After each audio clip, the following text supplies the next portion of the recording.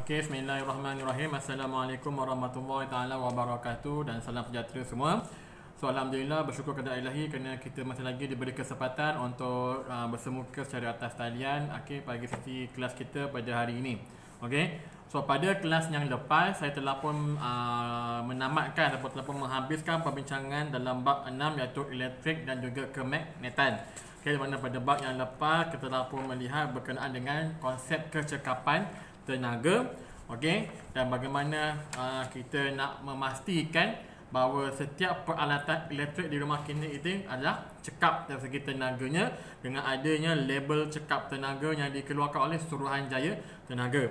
Okey, dan kita pun melihat tentang jenis-jenis alat pencahayaan elektrik yang berbeza, okey, di mana yang daripadanya lampu berfilamen kepadanya lampu jimat tenaga dan juga lampu LED, okey, mana yang lebih cekap tenaga. Alright, dan kita telah pun melihat bagaimana hendak menyelesaikan permasalahan berkaitan dengan kecekapan tenaga. Dan kita telah pun melihat beberapa rumus seperti rumus kuasa elektrik, rumus arus elektrik dan juga rumus bagi mendapatkan voltan. Okey, dan diberi permasalahan bagaimana untuk mendapatkan arus elektrik melalui rumus P sama dengan voltan kali dengan arus. Okey. Dan juga yang paling penting kita pun melihat secara kasar berkenaan dengan bagaimana kita nak mengira kos penggunaan tenaga elektrik. Di mana setiap bulan dapat bil elektrik, kita hanya bayar, tapi mungkin ada yang kerana kita tak tahu bagaimana nak mengira kita punya bil elektrik.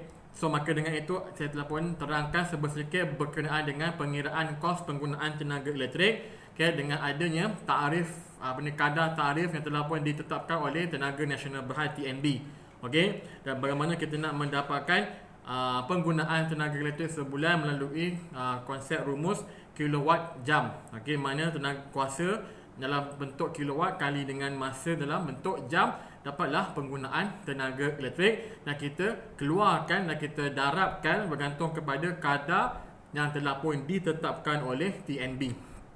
Alright, so kita boleh estimate so dengan adanya pemahaman ini kita bolehlah orang kata macam merancang bagaimana nak menjimatkan kita punya bil elektrik kita, menggunakan mungkin teknologi yang lebih baik, green technology, yang kurang menggunakan tenaga elektrik, memaksimiskan penggunaan sumber alam sekitar seperti pengudaraan, konsep rumah hijau, konsep bangunan hijau. Konsep bangunan hijau yang di mana memaksimumkan penggunaan tenaga solar untuk sumber tenaga elektrik, mengurangkan penggunaan pendingin hawa dengan adanya pereka bentuk yang boleh memaksimalkan aliran udara yang lebih baik. Okey. Dan hari ini kita akan masuk tentang bab 7 iaitu bab tenaga dan kuasa. Okey. So apakah itu tenaga? Apakah itu kerja? Dan apakah itu kuasa? Okey. So first kali kita akan tengok kepada konsep kerja. Okay. So kerja ini jika kita tengok dia punya takrifan ataupun definisi dalam buku teks kamu ini, okay, biasanya bila kita sebut perkataan kerja, selalunya orang akan fikir kerja sebagai seorang guru, kerja sebagai seorang petani, kerja sebagai seorang buruh. Okay. Betul, itulah kerja, occupation.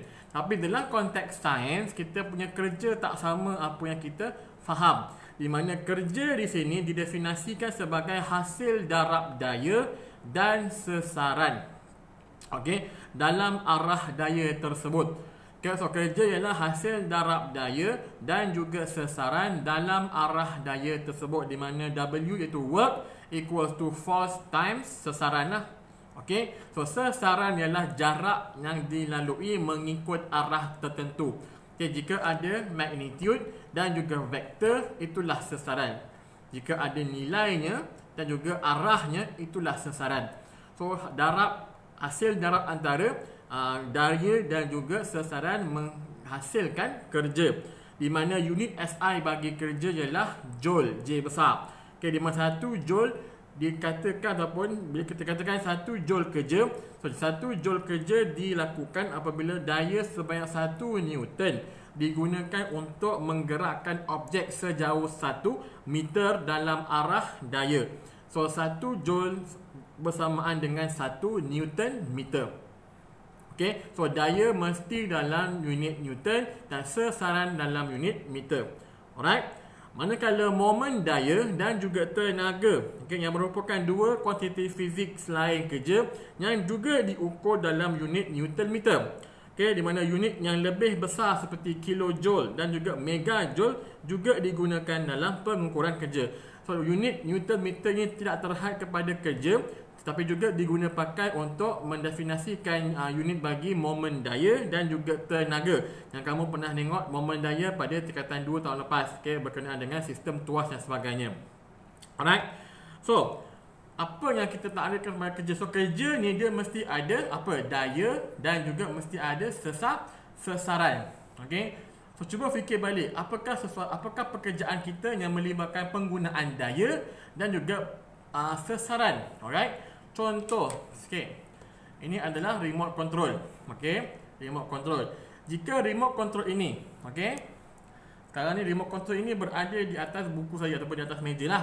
Okey, bila saya angkat remote ini ke atas, okey, saya angkat remote ini ke atas, apa yang kamu akan perasan ialah bila saya angkat remote ini daripada permukaan meja hingga ke sini, okey, ada tak vektor? Ada tak magnitude? Ada tak arah? Okey, so kat sini sebenarnya adanya sesaran. Okey, so daripada 0 meter naik ke atas mungkin kat sini ialah 1 meter. Okey, 1 meter. Alright. So bila ada magnitude iaitu 1 meter dan juga arah ke mana? Ke atas, daripada permukaan meja pergi ke atas. Okey, so adanya arah ke atas pada jarak 1 meter. So inilah sesaran. Ada tak daya yang terlibat? Adalah nak mengangkat remote ini daripada permukaan meja hingga ke pahat ke atas pada tahap 1 meter ini. Saya akan menggunakan daya angkat saya untuk mengangkat remote ini ke atas pada 1 meter jaraknya. So daya ada, sesaran ada, maka apa yang saya lakukan sekarang ini adalah kerja. Okey, jika daya yang saya gunakan ini untuk mengangkat remote ini ialah 10 Newton contoh, okey, dengan sesarannya 1 meter, maka saya sedang melakukan kerja sebanyak 10 Newton meter ataupun 10 joule.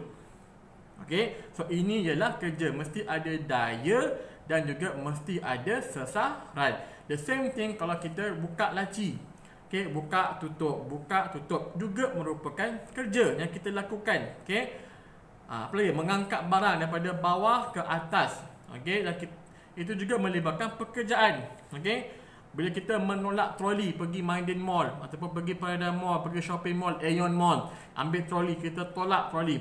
Kita menolak troli gunakan daya dan troli itu pun bergerak ke arah tertentu. Itulah sesaran. So menolak troli juga adalah satu kerja. Okey. Namun apa yang akan berlaku kalau saya tolak dinding ini? Okey. Okey, kalau saya tolak dinding di belakang saya. Okey, tolak. Okey, saya tolak dinding ni. Okey. Bila saya tolak dinding ini, betul saya menggunakan daya, saya exertkan daya saya ke atas dinding ini. Tetapi adakah dinding ini bergerak? Okey, tolaklah dinding ini sekuat mana sekalipun, dinding ini tidak akan bergerak. Okey, berarti daya ada tapi tiada sesaran. Maka perlakuan saya menolak dinding ini tidak dipanggil sebagai satu kerja. Okey, ini satu pembaziran tenaga. Okey, di mana kerja tiada dilakukan apabila seseorang menolak dinding. Okey. Jika dinding ini kita tolak bergerak, yes, kerja dilakukan. Jika saya tolak dinding ni sekarang, daya ada tapi dinding ni statik, tak bergerak-gerak, maka tiada kerja dilakukan. So itu ialah tentang kerja. Okey, so bila kita melakukan kerja, kita juga akan melibatkan penggunaan tenaga dan kuasa. Okey, so kita akan menggunakan tenaga dan juga kuasa. Alright. So apakah itu tenaga?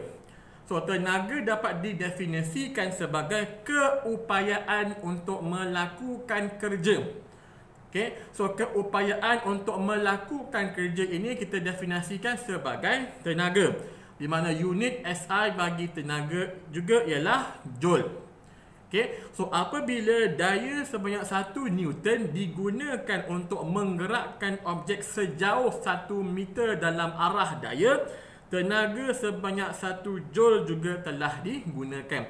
So untuk saya mengangkat cawan ini, so saya sedang melakukan kerja. So keupayaan saya untuk melakukan kerja ini dipanggil sebagai tenaga. Okey. Sama juga kita ada konsep kuasa, power. Okey. So, apakah itu kuasa? Kuasa ditarifkan sebagai kadar melakukan kerja. Okey. Bila kita sebut perkataan kadar, dia melibatkan perkiraan masa. Okey, so kadar melakukan kerja berarti kerja bahagi masa, itu rumus bagi kuasa. Di mana kerja yang dilakukan dalam Newton meter ataupun joule bahagikan dengan masa yang diambil dalam bentuk saat. Okey. So unit SI bagi kuasa ialah joule per saat ataupun 1 watt. 1 watt bersamaan dengan 1 joule per saat. Berarti kat sini untuk kuasa, apabila 1 joule kerja dilakukan dalam masa 1 saat, maka itulah kuasa. Okey. 1 joule kerja dilakukan dalam 1 saat. Contoh saya mengangkat cawan ni, sak gitu. Okey. Sedang mengangkat cawan merupakan kerja. Dalam tempoh masa, let's say lah saya angkat dalam 2 saat situ contoh. Okey, so bagilah kerja bagi dengan masa yang saya ambil untuk mengangkat cawan ini, itulah kuasa. Okey, kamu angkat, okey, kamu angkat beban daripada bawah. Okey, kamu angkat beban daripada bawah dan kamu menggunakan tangga. Okey, so daripada point A ke point B, okey, berapakah masa yang diambil? Okey, so kamu sedang melakukan kerja dan kamu sampai ke point B, contoh dalam tempoh 60 saat. So, kerja yang kamu lakukan dengan mengangkat beban tersebut, okey, dan ada sasarannya. So, sasarannya kamu berjalan menaiki tangga pergi ke point B. Okey, kerja dilakukan, tambahan masa yang diambil daripada point A ke point B ialah contoh 10 saat. Contoh So, kerja yang dilakukan mungkin 100 Newton meter atau 100 joule bagi dengan 10 saat, maka kamu telah melakukan ataupun telah menggunakan sebanyak 10 watt tenaga. Jadi 10 watt kuasa. Alright. So itulah berkenaan dengan konsep kerja, tenaga dan juga kuasa. Okey. So untuk kelas akan datang kita akan tengok pula tentang tenaga keupayaan dan juga tenaga kinetik. Alright. So sekian, terima kasih. Assalamualaikum warahmatullahi taala wabarakatuh.